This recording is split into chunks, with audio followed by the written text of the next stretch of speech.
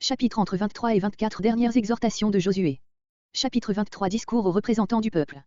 Deux discours de Josué adressés, dans les derniers temps de sa vie, l'un aux représentants du peuple réunis auprès de lui dans un lieu qui n'est pas indiqué, peut-être Silo, peut-être Timnath-Séra, l'autre au peuple assemblé à Sichin, probablement lors d'une fête religieuse. Les deux discours ont un seul et même but, celui d'affermir Israël dans la fidélité à l'Éternel. Mais leur caractère est différent. Dans le premier, où Josué a devant lui des chefs responsables, il est surtout préoccupé de l'avenir du peuple, il rappelle la nécessité de soumettre le reste des Cananéens et d'éviter absolument toute relation avec les idoles et les cultes idolâtres. Dans le second, il cherche plutôt à toucher le peuple en repassant avec lui tous les bienfaits qu'il a déjà reçus de Dieu dans le passé.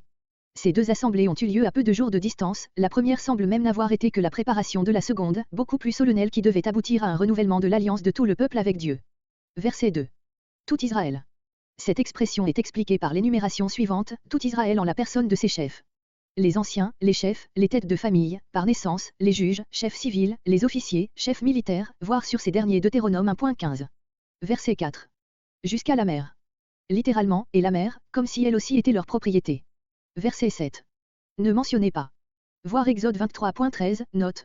Il est interdit à tout Israélite de se donner, en quelque façon que ce puisse être, pour un adhérent des cultes idolâtres qui entourent le peuple. Verset 8.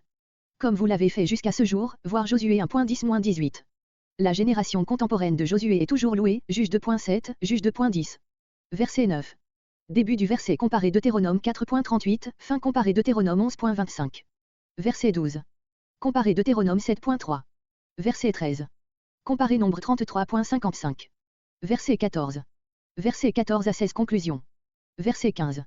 Voir Lévitique 26.3-13 pour les promesses et Lévitique 26.14-43 pour les menaces, voir aussi Deutéronome 28.1-14, Deutéronome 28.15-68.